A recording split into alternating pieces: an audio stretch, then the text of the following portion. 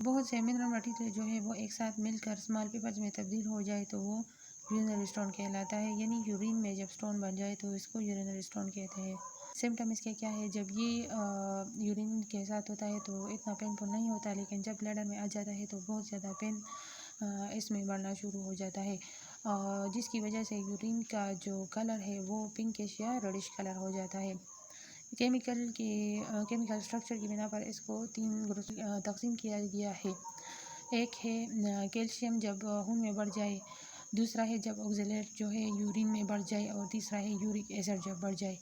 تو جب کیلشیم بڑھ جائے اس کو ہائپر کیلسیمیا کہا جاتا ہے، اور یہ اس کی 15% چانس ہے کہ یہ ہو جائے، اور یہ کس کی وجہ سے ہوتا ہے؟ سیکریشن آف پیراتھائرائڈ گلینڈ کی وجہ سے ہوتا ہے۔ اس طرح آکزیلیٹ جب یورین میں بڑھ جائے تو اس کو ہائپر ایکزیلریا کہا جاتا ہے، اور یہ زیادہ تر ٹومیٹو اور گرین ویجیٹیبل کھانے کی وجہ سے ہوتا ہے، 70% اس کے چانسز ہوتے ہیں کہ یہ ہو جائے۔ تیسرا ہے یورک ایسڈ جب بڑھ جائے تو اس کو ہائپر یوریسیمیا کہا جاتا ہے، اور یہ زیادہ تر پروٹین کی وجہ سے ہوتا ہے، یعنی میٹ وغیرہ، اور 10% اس کے چانسز ہیں اس کے ہونے کے۔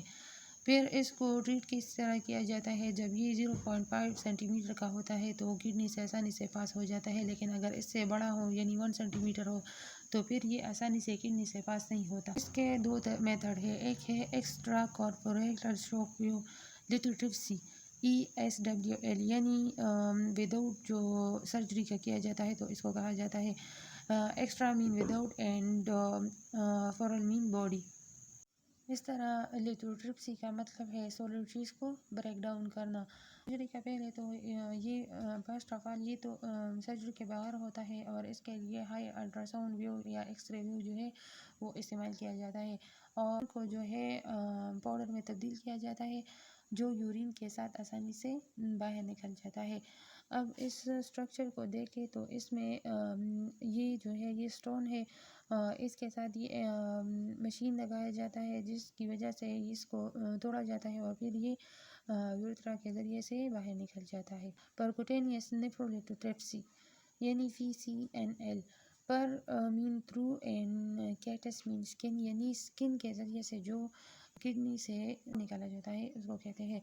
اس میں ایک ٹیوب جو ہے وہ باڈی کے اندر داخل کیا جاتا ہے، اور اس کے ذریعے سے جو ہے اسٹون کو آبزرو کیا جاتا ہے، مائکروسکوپ کے ذریعے سے اس کو دیکھا جاتا ہے، اور پھر الٹرا ساؤنڈ اکوپمنٹ کے ذریعے سے اس اسٹون کو بریک کر کے پگمنٹ میں تبدیل کیا جاتا ہے، اور پھر ٹیوب کے ذریعے سے ٹریک میں سے ہو کر کڈنی سے باہر نکالا جاتا ہے۔